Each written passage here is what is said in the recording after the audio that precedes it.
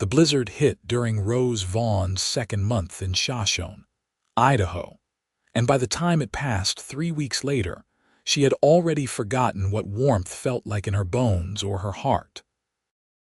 Rose had arrived in September of 1883 with her husband Thomas, believing the promises he had made about homesteading and building a life together in the frontier territories.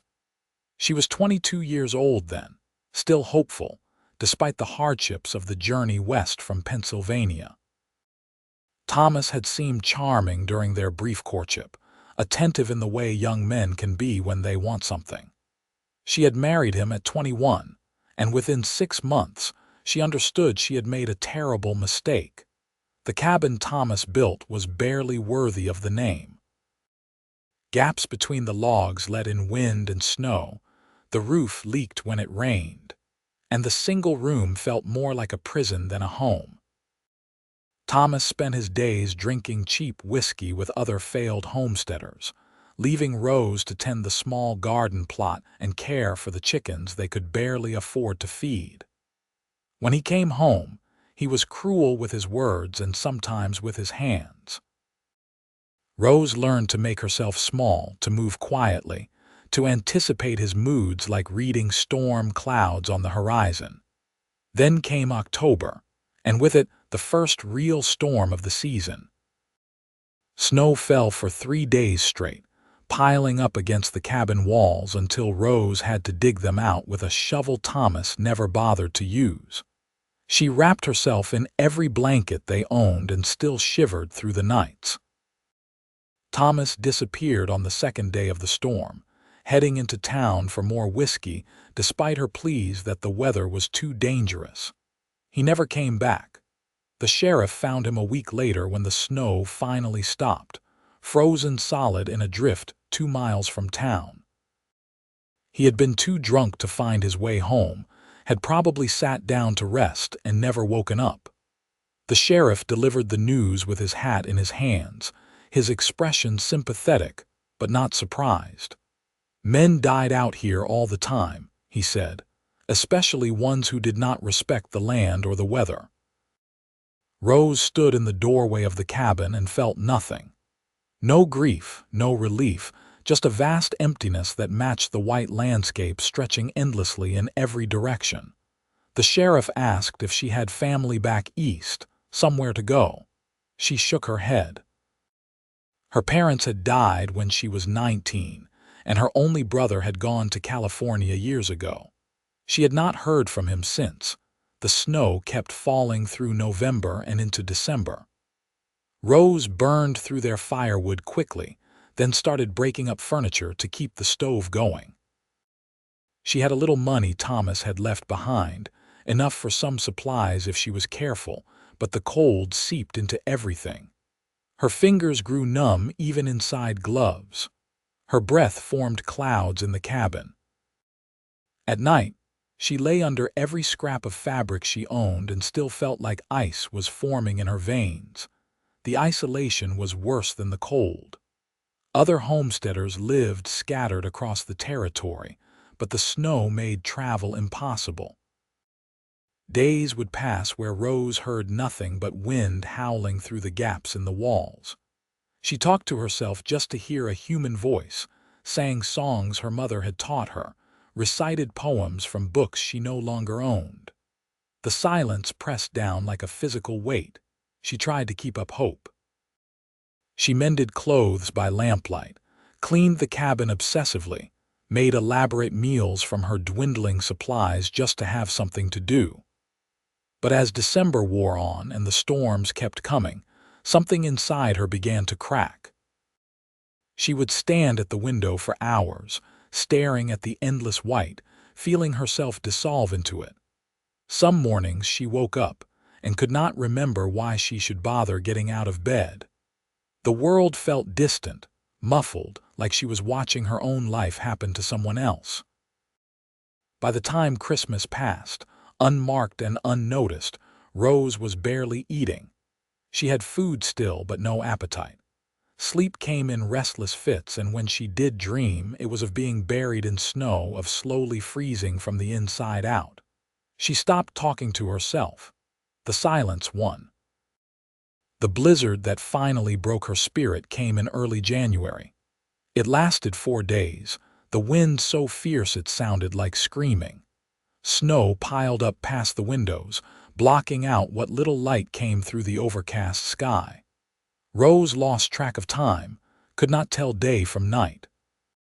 She ran out of firewood on the second day and huddled in bed, wrapped in blankets that did nothing against the penetrating cold. Her body shook so hard her teeth rattled.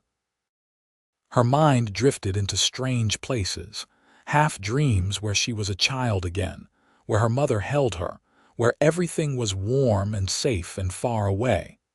When the storm finally cleared, Rose could not summon the energy to care.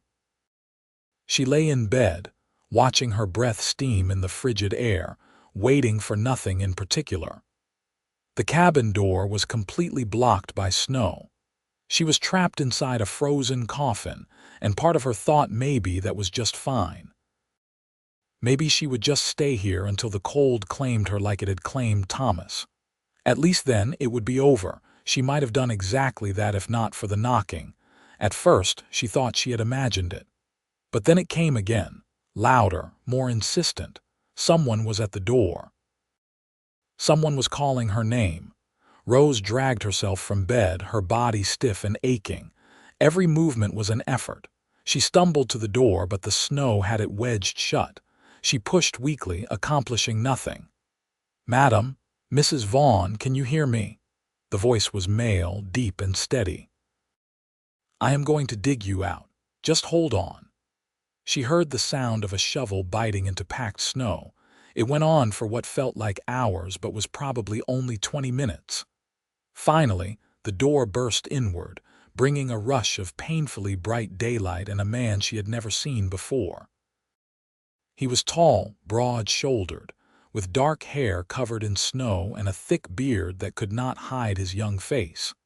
He could not have been more than 25. His eyes swept the cabin, taking in the broken furniture, the empty stove, the woman swaying on her feet in the middle of the room wearing 3 dresses and every shawl she owned. "Jesus," he said softly. "Madam, when did you last eat?" Rose opened her mouth to answer but found she could not remember. Yesterday, 3 days ago, time had become meaningless. The man moved quickly, setting down his shovel and taking her arm to guide her back to the bed. "My name is Frank Lawrence. I have the ranch about 5 miles east of here. The storm worried me, so I have been checking on the homesteads in the area. Your husband, is he here?" "Dead," Rose said. Her voice came out as a croak. "October." Frank's expression shifted, understanding flooding in. "And you have been alone here since then, through all this weather?" She nodded. "All right," Frank said, his voice taking on a tone of firm gentleness. "Here is what we are going to do. I am going to get your stove going, and I have got food in my saddlebag. You are going to eat something, and then we are getting you out of here. You cannot stay in this place. It will kill you."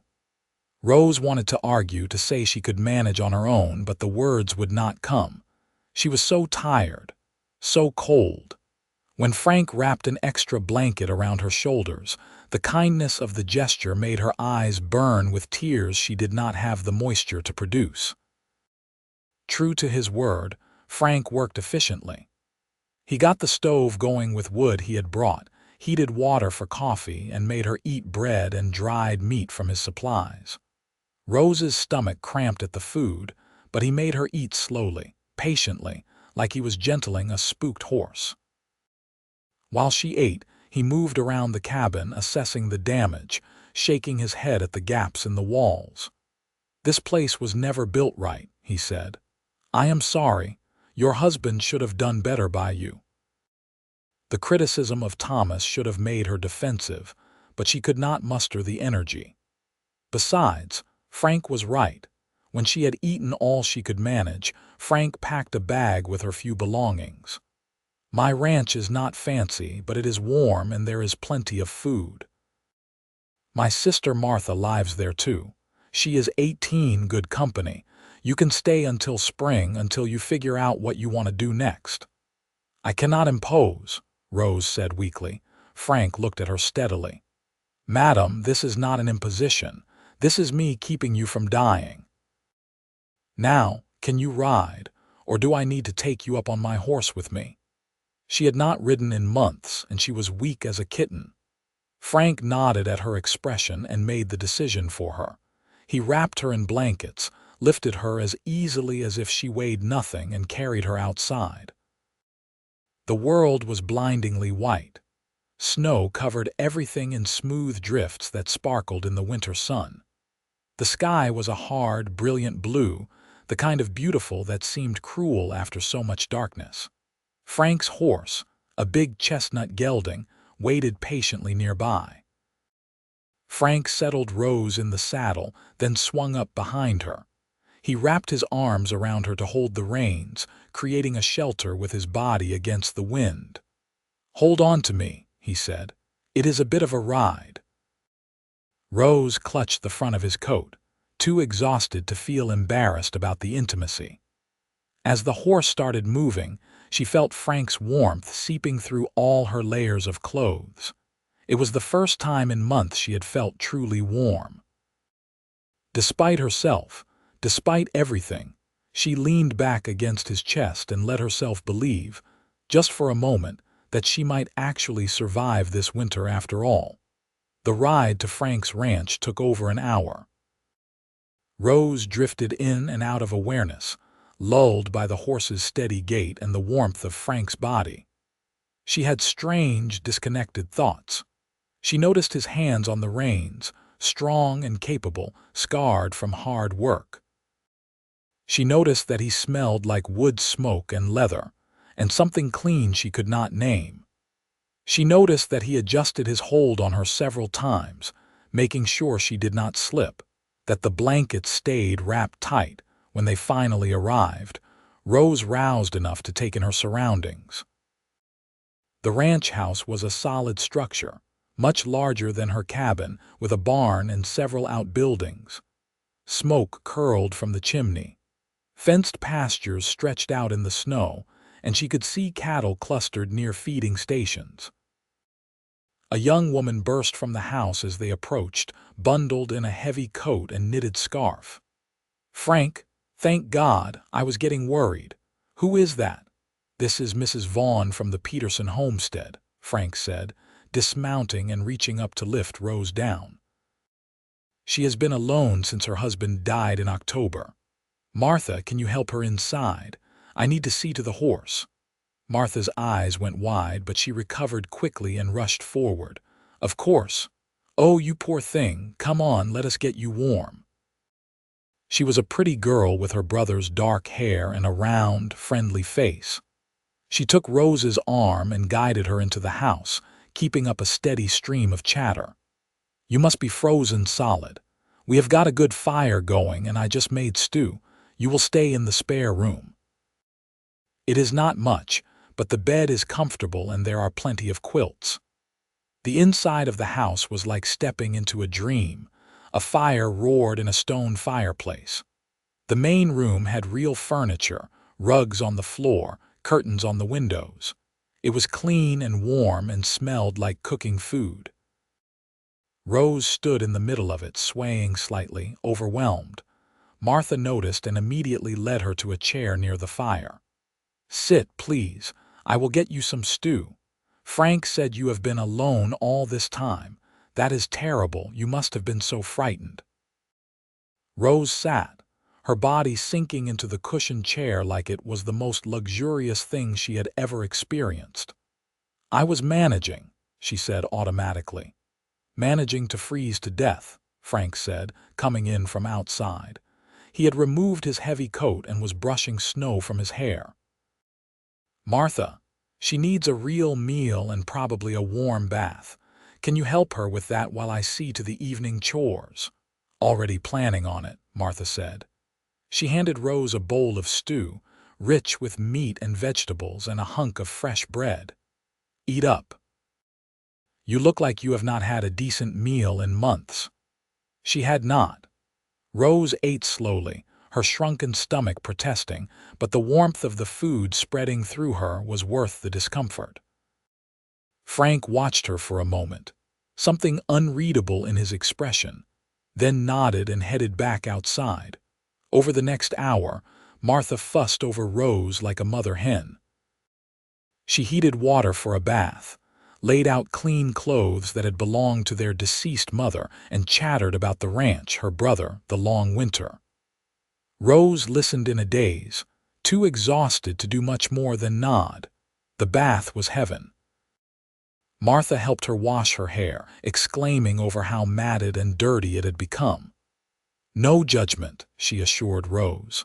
"Living alone like that, you did what you had to do to survive. But you are here now, and we will get you sorted."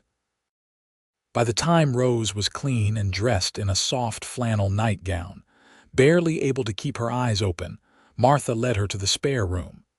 It was small but cozy, with a real bed frame and a thick mattress, quilts piled high. A window looked out over the snowy fields. "You sleep as long as you need," Martha said gently. "Do not worry about anything. You are safe here." Rose crawled into the bed, and the softness of it, the warmth, the sheer comfort, undid something in her. She started to cry, great shaking sobs that came from somewhere deep in her chest.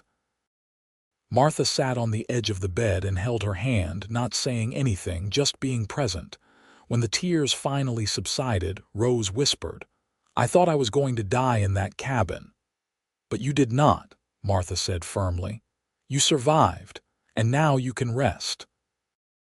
Rose closed her eyes and was asleep before Martha even left the room. She slept for nearly 2 full days. When she finally woke, it was to the smell of coffee and bacon, and morning light streaming through the window. For a few confused moments, she could not remember where she was. Then it came back, Frank arriving at the cabin, the ride to the ranch, Martha's kindness. She sat up slowly, feeling weak but more clear-headed than she had in weeks. Martha appeared in the doorway, smiling. "There you are. How do you feel?" "Better," Rose said, and was surprised to realize it was true. "I am sorry for sleeping so long. Do not apologize. You needed it. Come have breakfast when you are ready. I laid out some clothes for you. They should fit well enough." The clothes were simple but well made. A wool dress in dark blue and warm stockings. Rose dressed slowly, her movements still shaky, and made her way to the main room. Frank was sitting at the table, working on paperwork of some kind. He looked up when she entered, and she saw relief flash across his face. "Mrs. Vaughn, it is good to see you up and about. Please call me Rose," she said, taking a seat at the table. The formality felt strange after everything. He nodded. "Rose, then you should call me Frank." Martha brought her a plate loaded with eggs, bacon, and biscuits. Rose ate slowly, aware of both siblings watching her with concern. When she had eaten about half, she set down her fork and looked at Frank directly. "Thank you for saving my life," she said. "I know that is what you did." Frank shifted uncomfortably. "Any decent person would have done the same. Maybe, but you are the one who did it." She paused. "I should leave as soon as the weather allows. I cannot burden you indefinitely." "Where would you go?" Frank asked bluntly. "You have no family here, no resources." "Winter is not even half over. I will figure something out. I always do." "Clearly that approach was working well for you," Frank said, then winced. "I am sorry, that was harsh." "But true," Rose said quietly. She looked down at her plate. "I have been barely surviving since I came here. My husband was not a good man, and I was not sad when he died. But I also did not know how to manage on my own. I still do not." Martha reached over and squeezed her hand. "Then you will learn. You can stay here, help around the house. It would actually be a great help to me. Frank is wonderful, but he is terrible at domestic things, and I get lonely sometimes with just the two of us." "Martha is right," Frank said. "We could use the help, especially with spring coming. There will be a lot of work once calving season starts." If you are willing to earn your keep, you are welcome to stay as long as you need. Rose felt something tight in her chest loosen slightly. You do not even know me. I know you survived months alone in a death trap of a cabin during the worst winter we have had in years, Frank said. That tells me you are stronger than you think. The rest we can figure out as we go. She wanted to argue, to insist she could not accept such charity, but the truth was she had no other options. And something about Frank's straightforward manner, the lack of pity in his eyes, made the offer feel less like charity and more like a genuine opportunity. "All right," she said finally. "Thank you, both of you," Martha beamed. "Wonderful, this will be good, I promise." Over the following weeks, Rose slowly found her footing. Martha was true to her word about needing help, and Rose threw herself into the domestic tasks with something approaching desperation. She cooked, cleaned, mended clothes, helped with the endless laundry. Keeping busy helped quiet the dark thoughts that still crept in during quiet moments. The ranch operated on a steady rhythm that Rose found comforting. Frank rose before dawn to tend the cattle and horses. Martha handled the chickens and the kitchen garden buried under snow. Rose learned to bake bread the way Martha's mother had taught her, to make soap from rendered fat, to patch clothes so the mending barely showed. Her hands, which had become soft during her marriage, grew calloused again.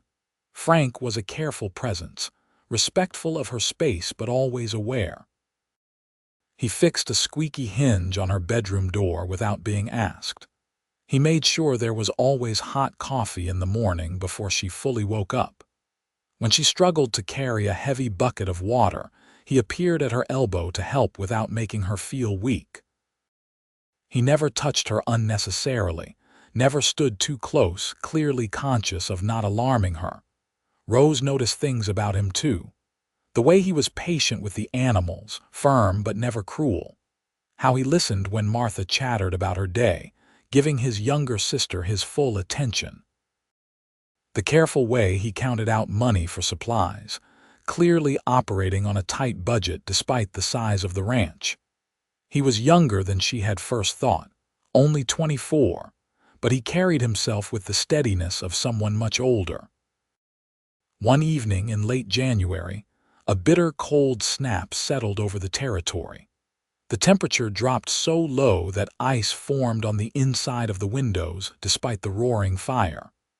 Martha had already gone to bed, and Rose sat near the fireplace, mending one of Frank's shirts. He was at the table, going over his accounts, his brow furrowed. "Problem?" Rose asked. Frank looked up, seeming surprised she had spoken. They were friendly, but Rose still kept a certain distance and she rarely initiated conversation. "Just figuring out the spring budget. We lost more cattle than I expected this winter. It will be tight until we can sell the calves." "Is the ranch in trouble?" "Not yet, but it could be if we have another winter like this one." He set down his pen and rubbed his eyes. "My father built this place up from nothing. When he and my mother died 3 years ago from fever, it fell to me to keep it going. Most days I feel like I am just barely managing." Rose threaded her needle carefully. "You seem to be doing fine to me. I am good with cattle and horses. The business side is harder." "My father made it look easy." He smiled wryly. "But complaining does not change anything. We will manage. We always do." There was something in his tone, a determination that reminded Rose of herself. They were both doing what they had to do to survive, to keep going despite the odds. It created a kinship she had not expected. "Your parents would be proud of you," she said quietly. "Taking care of Martha, keeping the ranch running, helping people like me, that is not nothing." Frank looked at her for a long moment, and Rose felt heat rise to her cheeks under his gaze. "Thank you," he said finally. "That means more than you might think." The moment stretched between them, charged with something Rose could not quite name. Then Frank cleared his throat and went back to his paperwork, and Rose returned to her mending, but something had shifted. A wall had come down, just slightly. February brought slightly warmer temperatures and the first hints that winter might eventually end. Rose felt herself thawing too in small ways. She caught herself humming while she worked. She laughed at Martha's stories. She started sleeping through the night without nightmares of freezing to death. The darkness that had settled over her during those terrible weeks alone began to lift, not completely, but enough that she could see past it. She also became increasingly aware of Frank. It started innocently enough. She noticed how his eyes crinkled when he smiled. The way his hands, so strong and scarred, could be gentle when he petted the barn cat. His deep laugh when Martha teased him. The careful consideration he gave before making decisions. He was a good man, she realized, in a way Thomas never had been. Frank's strength was not used to dominate or frighten. It was used to protect and provide. The realization unsettled her. She was still grieving not for Thomas, but for the life she had lost, the innocence and hope that had died in that freezing cabin. She had no business thinking about any man, especially not the one who had saved her life and was giving her shelter. It felt like a betrayal of something, though she could not name what. But the thoughts kept coming anyway. She found herself looking for him during the day, making excuses to bring him coffee when he was working in the barn. She started wearing the nicer of the dresses Martha had given her and taking more care with her hair. Small, foolish vanities that she told herself did not mean anything. Martha noticed, of course. One morning in mid-February while they were kneading bread dough, she said casually, "You know, Frank has not courted anyone seriously since our parents died. Too busy with the ranch." Rose kept her eyes on the dough. "That must be difficult for him." "It is." "He is lonely, though he would never admit it." Martha paused. "He is a good man. He deserves someone who can see that. I am sure he will find someone when he is ready." "Maybe he already has," Martha said, so quietly Rose almost missed it. When Rose looked up, Martha was smiling innocently at her dough. Rose felt her cheeks burn. Was she that obvious? "Martha, it would not be appropriate. He saved my life. I am a widow living in his house. People would talk. People always talk. The question is whether you care." Martha shaped her dough into a loaf with practiced efficiency. "I am not trying to push you into anything. I'm just saying, if there were to be something between you two, I would be happy about it. So would my parents if they were still here. They always wanted Frank to find someone good. Someone strong." "I am not strong," Rose said automatically. "You survived," Martha said firmly. "That is the definition of strong." The conversation stayed with Rose for days. She found herself watching Frank more carefully, trying to determine if he felt anything beyond basic hospitality. It was hard to tell. He was always kind, always respectful, but he treated her the same way he treated Martha, with a brotherly care that gave no indication of deeper feelings. Then came the night that changed everything. It was late February, and a storm rolled in without much warning. The wind picked up around sunset, and by full dark, snow was coming down in sheets. Frank came in from securing the barn, shaking snow from his coat. "Going to be a rough night," he announced. "But everything is battened down. We should be fine." They ate dinner together, the three of them, while the wind howled outside. Afterward, Martha excused herself to bed early, claiming a headache. Rose suspected her friend was giving her and Frank time alone, and she did not know whether to be grateful or annoyed. Frank added more wood to the fire and settled into his chair with a book. Rose took up her mending, and they sat in companionable silence for a while. The storm raged outside, but inside it was warm and safe. Rose found herself relaxing in a way she rarely did, the tension she carried in her shoulders easing. "Can I ask you something?" Frank said suddenly. Rose looked up from her sewing. "Of course. What are you going to do when winter ends?" I meant what I said about you being welcome here, but I imagine you have thought about the future." She had, though she had tried not to. The truth was, she had no idea. "I suppose I should try to find work somewhere, maybe as a housekeeper or cook. I have no money to travel back east, even if I wanted to." "Do you want to?" "No," she said, surprising herself with the certainty. "There is nothing for me there anymore, but I cannot stay here indefinitely." "Why not?" The question hung in the air between them. Rose set down her mending, her heart suddenly racing. "Because it would not be proper. People already probably think the worst, a widow living with an unmarried man." "I do not care what people think," Frank said, "but I care what you think, what you want." He set his book aside and leaned forward, his expression serious. "Rose, I know you have been through hell. I know your marriage was not what it should have been, and you are still healing from all of that. I am not trying to rush you or pressure you. But I need you to know that I would be honored if you chose to stay, not as a housekeeper or hired help, but as a real part of this family." Rose's throat tightened. "Frank, I do not know what to say." "You do not have to say anything right now. I just want you to think about it." He paused, seeming to gather his courage. "I want you to know that I have come to care about you, not because I feel responsible for you, but because of who you are. You are strong and resilient and kind, even after everything you have been through. When I am around you, I feel like I can breathe easier, like the weight I carry is lighter." Tears sprang to Rose's eyes. No one had ever spoken to her like this, with such simple honesty and respect. "I care about you too," she whispered, "but I am afraid of being hurt again, of not being enough. Of all of it." Frank stood and crossed to her, kneeling beside her chair so they were at eye level. He did not touch her, just looked at her with those steady dark eyes. "I would never hurt you, not intentionally. I cannot promise life will be easy because this is a hard land and ranching is difficult work. But I can promise I will always be honest with you.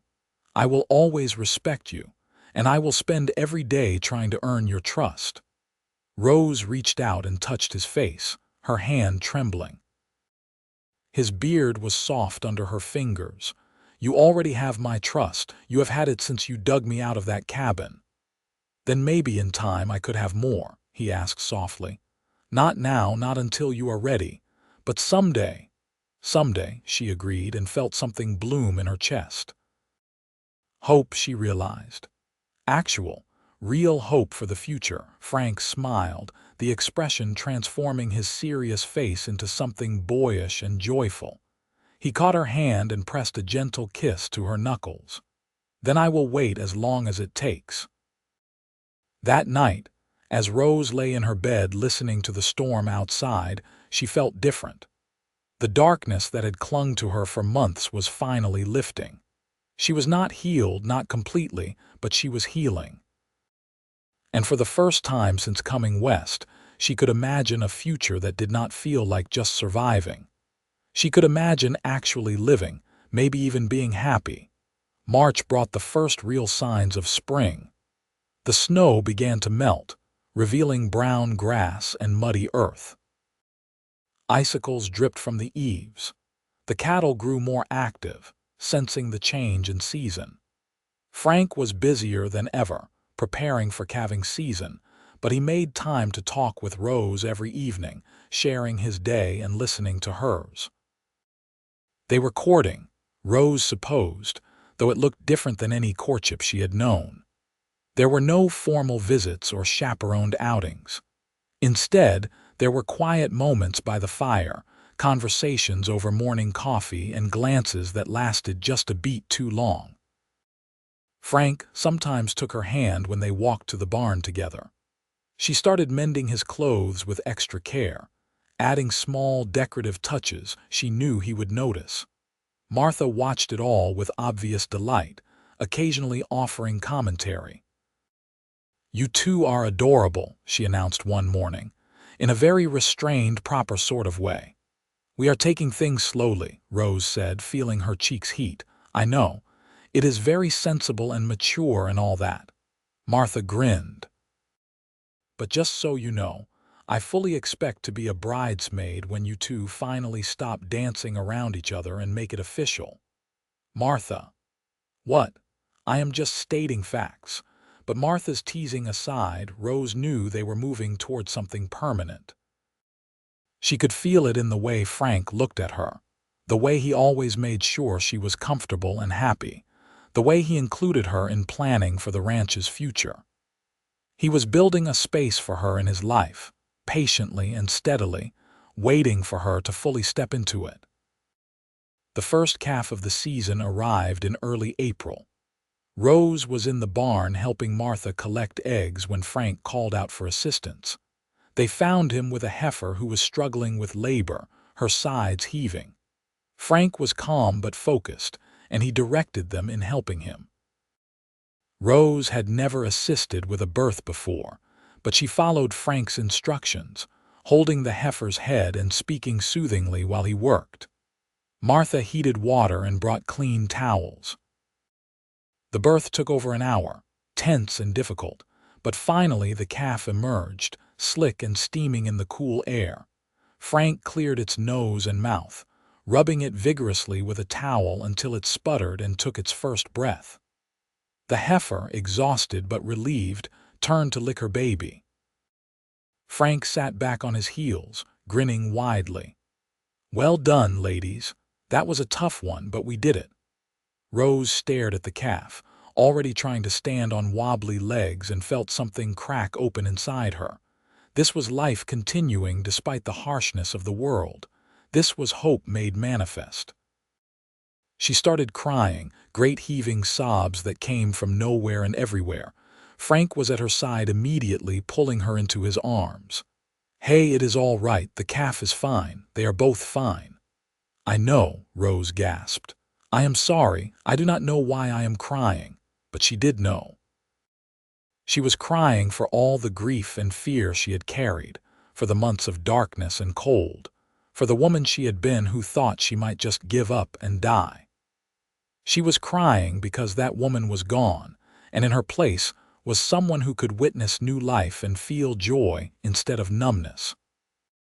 Frank held her while she cried, not trying to stop her or fix her, just being present. When the tears finally subsided, he brushed her hair back from her face gently. "Better," she nodded against his chest. "I think I am. Actually better, not just pretending. Good." He kissed the top of her head, the gesture so tender it made her heart ache. "You deserve to be happy, Rose. You deserve everything good." She pulled back enough to look up at him. "So do you." "Then maybe we can be happy together," he said, and kissed her properly. His lips were soft despite the roughness of his beard. The kiss was gentle, questioning, giving her every opportunity to pull away.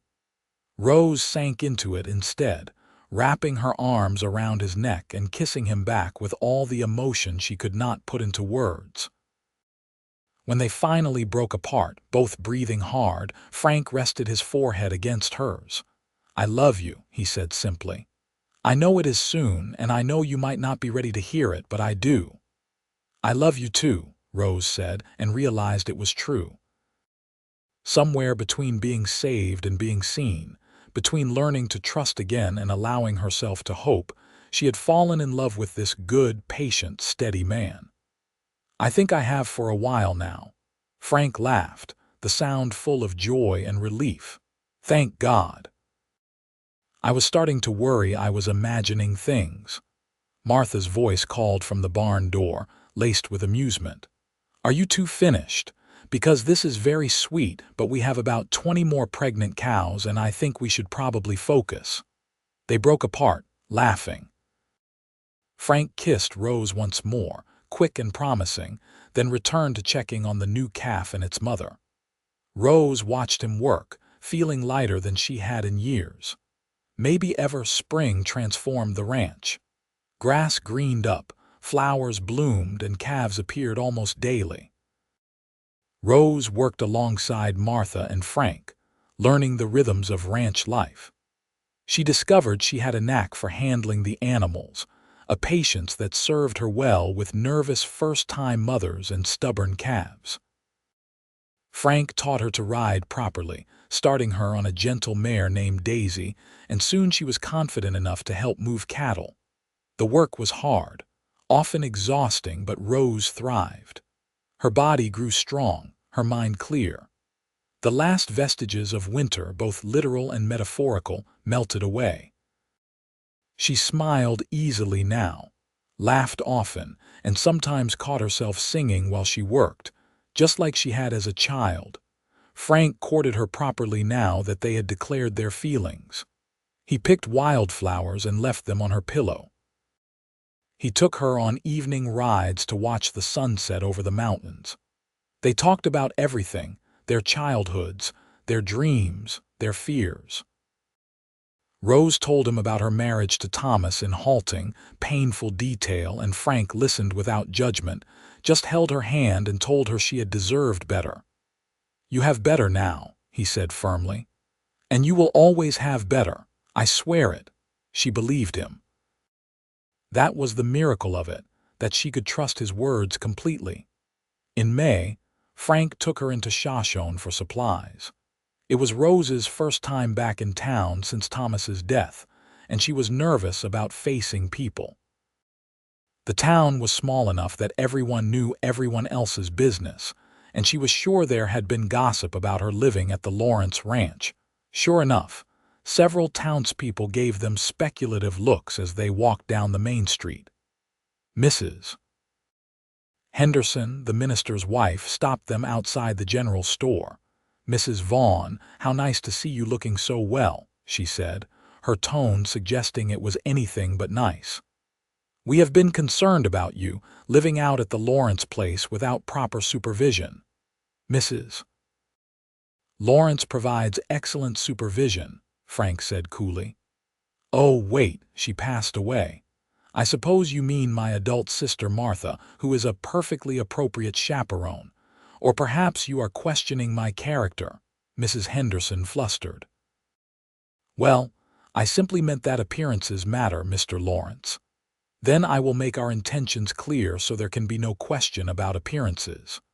Frank took Rose's hand, holding it up so their clasped hands were visible. "I intend to marry Rose as soon as she will have me. If that scandalizes anyone, they are welcome to take it up with me directly. Good day, Mrs. Henderson." He steered Rose into the store, leaving the minister's wife gaping on the sidewalk. Rose was torn between mortification and laughter. "Frank, you cannot just announce things like that in the middle of town." "Why not? It is true," he smiled at her. "Unless you are going to say no, in which case I just made a complete fool of myself." "I am not going to say no," Rose said, her heart feeling too big for her chest. "But you have not actually asked me yet." "You are right. That was premature." Frank led her to a quiet corner of the store, away from the other customers. He took both her hands in his and looked at her with such open love that Rose felt tears spring to her eyes. "Rose Vaughn, I want to spend the rest of my life with you. I want to wake up next to you every morning and fall asleep holding you every night. I want to build this ranch with you, raise children with you if you want them, and grow old with you. Will you marry me?" "Yes," Rose said without hesitation. "Yes, absolutely yes." Frank kissed her right there in the general store, propriety be damned. When they finally broke apart, the shopkeeper was grinning at them. "Congratulations. This calls for celebration. First round of candy is on the house." Word spread through town with remarkable speed. By the time they left with their supplies, several people had stopped them to offer congratulations. Not everyone was pleased, of course. There were still those who thought Rose should have observed a longer mourning period, who questioned the speed of the courtship. But most people were kind, and those who were not did not matter. On the ride back to the ranch, Rose leaned against Frank's shoulder, feeling perfectly content. "Thank you for defending me to Mrs. Henderson." "Always," Frank said firmly. "You are going to be my wife. No one gets to question your character or integrity, my wife." The words filled Rose with warmth. She was going to have another chance at marriage, and this time it would be what she had always hoped for. Partnership, respect, love. All the things that had been missing with Thomas. They were married in June, on a beautiful clear day with wildflowers blooming across the fields. The ceremony was simple, held at the small church in Shoshone with Martha as Rose's attendant and Frank's foreman, a quiet man named Samuel, standing up with Frank. The minister kept his words brief, and within 20 minutes, Rose was Rose Lawrence, standing next to her husband and feeling like her heart might burst from happiness. The reception was held at the ranch, with neighbors and friends coming by to celebrate. Martha had spent days cooking, and there was more food than they could possibly eat. Someone brought a fiddle, and there was dancing. Frank waltzed Rose around the yard as the sun set, holding her close and whispering promises in her ear. "I am going to make you so happy," he murmured. "Every single day I am going to try to make you happy." "You already do," Rose said, reaching up to kiss him. "You already have." That night, in the room they would now share, Frank was gentle with her.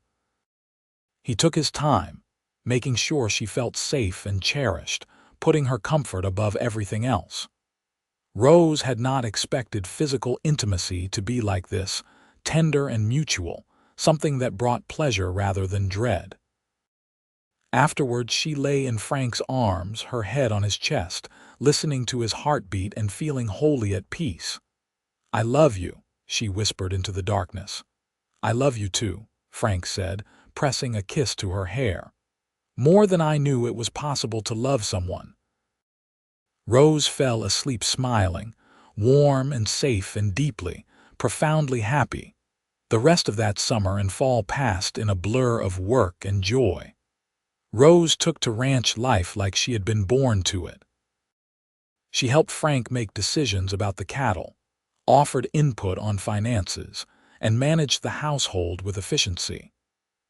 Martha moved into the newly built cabin on the property, giving the married couple privacy while staying close enough to help with the ranch work.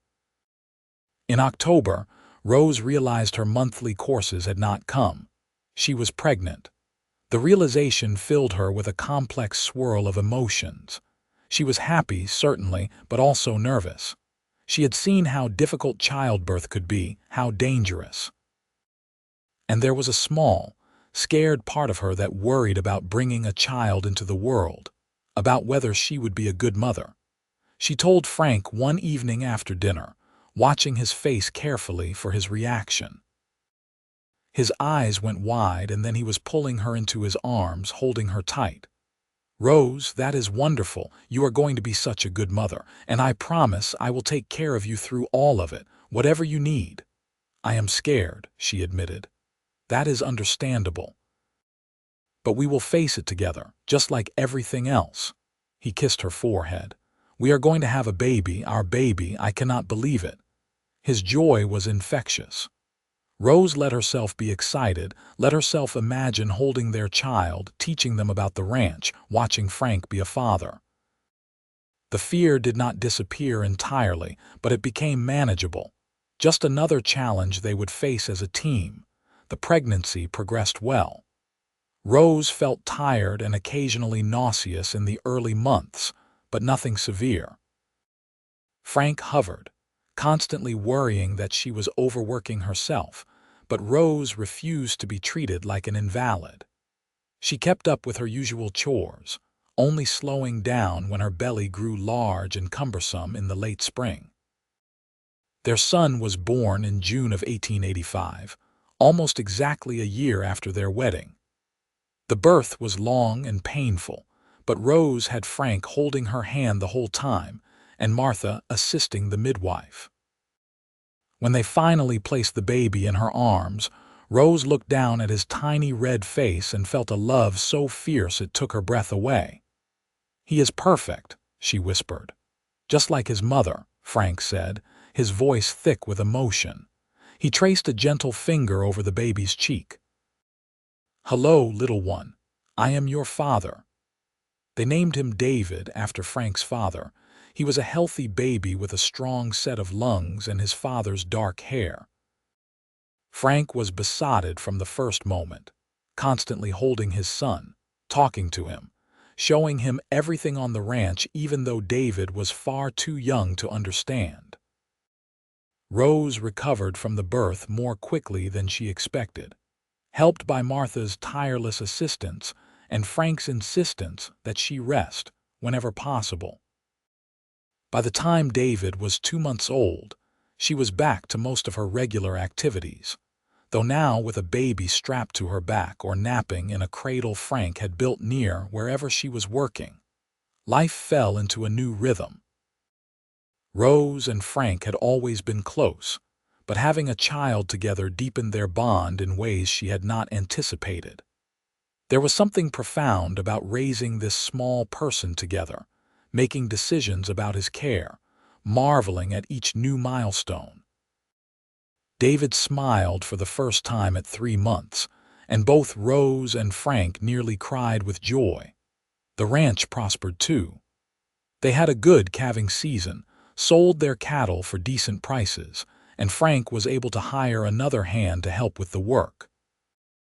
The improvements allowed Frank more time with his family, and Rose treasured the evenings they spent together, Frank playing with David while Rose cooked dinner, or all three of them sitting outside watching the sunset.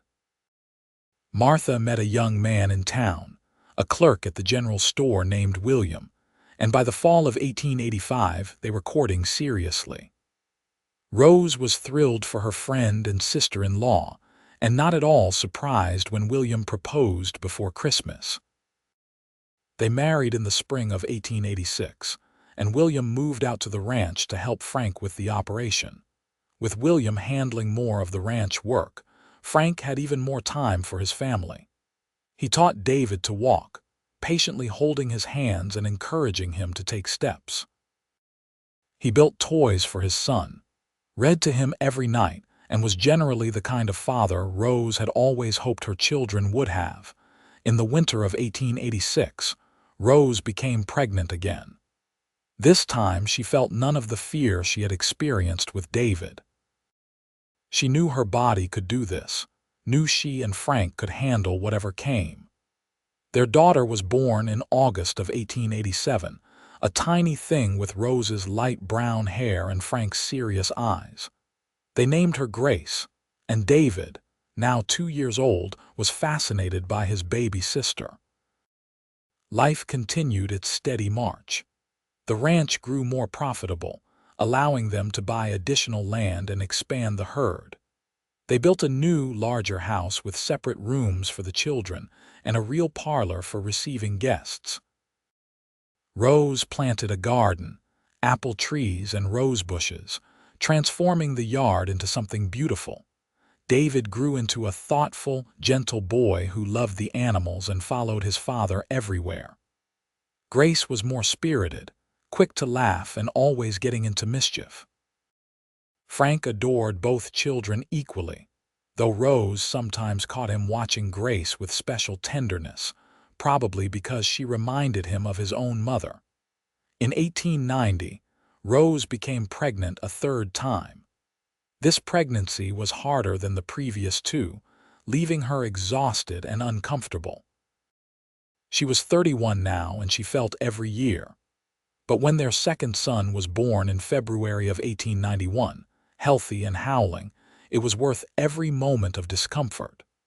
They named him Thomas, not after Rose's first husband but after Frank's grandfather. 3 children kept them busy. The house was always full of noise and activity.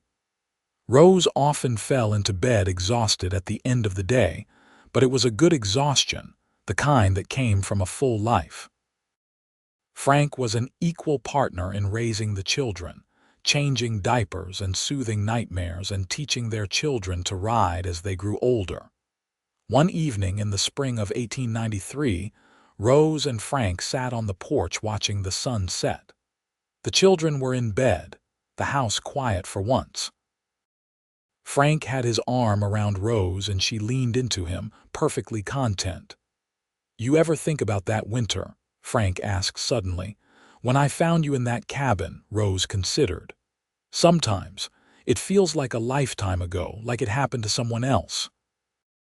"You were so thin," Frank said quietly. "So hopeless.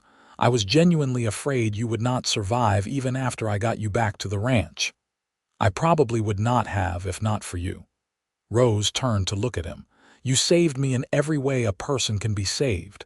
"You saved me too," Frank said. "I was just going through the motions before you came. Running the ranch because it was what I was supposed to do but not really living. You gave me a reason to look forward to each day. You gave me this." He gestured at the house behind them, full of their sleeping children. "A real family. A real life." Rose kissed him softly. "We saved each other then." "I suppose we did." Frank smiled. "I have never regretted that day, deciding to check on the homesteads, finding you. It was the best decision I ever made. Even when I am exhausted and grumpy and have baby spit up on my dress. Especially then," Frank said, and kissed her again. They sat in comfortable silence as the stars came out, the night settling around them. Rose thought about how far she had come from that desperate, broken woman in the frozen cabin. She had survived the winter that tried to kill her, and she had found not just survival but joy. She had found love, real love, the kind that was patient and kind, and built a foundation for an entire life. The ranch continued to grow and prosper.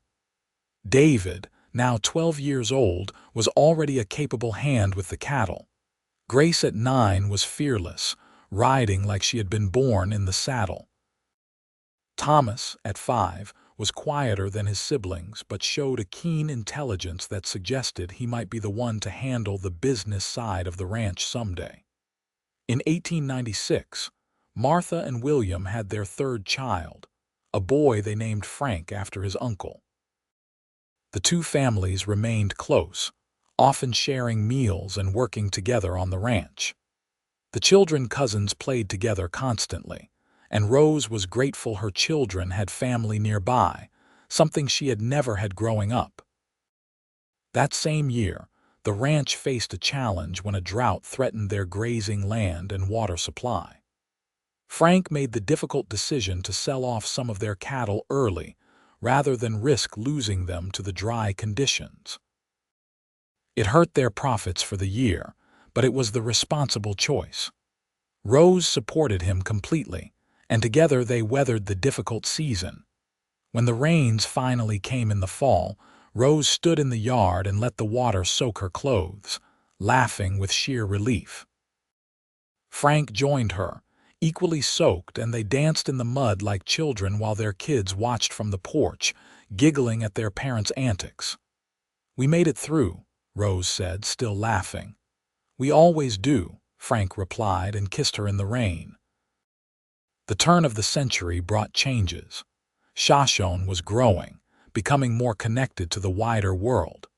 There was talk of new railroads, of electricity someday coming to even the rural areas. David was now 17 and starting to take on more responsibility with the ranch. He had a steady girlfriend in town, the daughter of the schoolteacher, and Frank joked that he would probably be a grandfather before he was 50. Rose was 41, graying at the temples and with lines around her eyes, but she had never felt more beautiful. Frank still looked at her like she was the most precious thing in the world. They still made time for each other despite the busy demands of the ranch and family, still talked for hours, still held hands when they walked. In the summer of 1902, Rose and Frank celebrated their 18th wedding anniversary with a trip to Boise, just the two of them. Martha and William watched the children, and for 3 days, Rose and Frank were just a couple, exploring the city, eating at nice restaurants and staying in a hotel with a real bathtub. It was luxurious and strange and wonderful. On their last night, lying in the hotel bed, Frank pulled Rose close. "I would do it all again," he said. "Every hard moment, every challenge, it was all worth it to end up here with you." "I would not change a thing," Rose agreed. "Well, maybe I would have asked you to kiss me sooner." Frank laughed. "Noted for our next lifetime." They returned to the ranch refreshed and even more in love than when they had left. David announced his engagement to his girlfriend Sarah, and they married that fall in a beautiful ceremony. Rose cried through the entire thing, overcome with emotion at seeing her firstborn so happy. Grace, now 15, was becoming a skilled horsewoman, winning competitions at the county fair. Thomas, at 12, was reading everything he could get his hands on and talking about maybe going to college someday to study business. Rose and Frank encouraged all their children's dreams while making sure they understood the value of hard work and family. In 1905, David and Sarah had Rose and Frank's first grandchild, a daughter they named Rose after her grandmother. Holding the tiny baby, Rose thought about the circle of life, how she had once been so broken she could not imagine a future, and now she was a grandmother with a legacy that would continue long after she was gone. Frank watched her with the baby, his expression tender. "You are thinking deep thoughts," he observed. "Just grateful," Rose said, "for all of it, even the hard parts because they led me here. To a house full of chaos and noise and grandchildren who will spoil rotten." "Exactly that," Rose said, smiling. The years continued to pass, each one bringing new joys and challenges. Grace married a young rancher from a neighboring property in 1908, and Thomas headed off to college in 1910, the first Lawrence to pursue higher education. Rose was proud of all her children, of the people they had become. The ranch remained profitable, providing a good living for the extended family. Frank was now in his 50s, still strong but starting to slow down slightly. Rose saw the occasional wince when he dismounted a horse, the way he needed reading glasses now. She was also aging, her hands sometimes stiff in the mornings, her hair more gray than brown. But they were aging together, and there was comfort in that.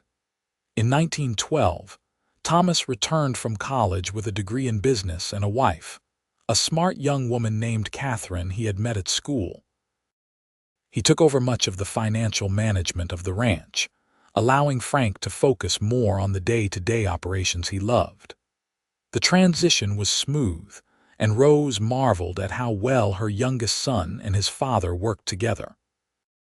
By 1915, Rose and Frank had 7 grandchildren, with more on the way.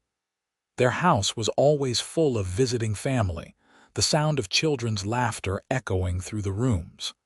Frank built a swing in the big oak tree in the yard, and it was constantly in use by various grandchildren. One evening, with the house finally quiet after a particularly chaotic Sunday dinner with the whole family, Rose and Frank sat on the porch as they had done countless times over the years. Frank's hair was entirely gray now, and Rose's face showed every one of her 54 years, but they were still here, still together. "You remember that first winter?" Rose asked. "When you found me, how could I forget?" Frank said. "You looked like a ghost. I thought I was too late." "You were exactly on time," Rose said softly. "Any later and you would have been. But you came, and you saved me, and you gave me a life I never imagined I could have." "We built it together," Frank said. "Everything good in my life came from the day I decided to check on those homesteads. Finding you was the greatest gift I ever received. Even when I am old and gray and creaky, especially then," Frank said. "I get to grow old with the woman I love. Not everyone is that lucky."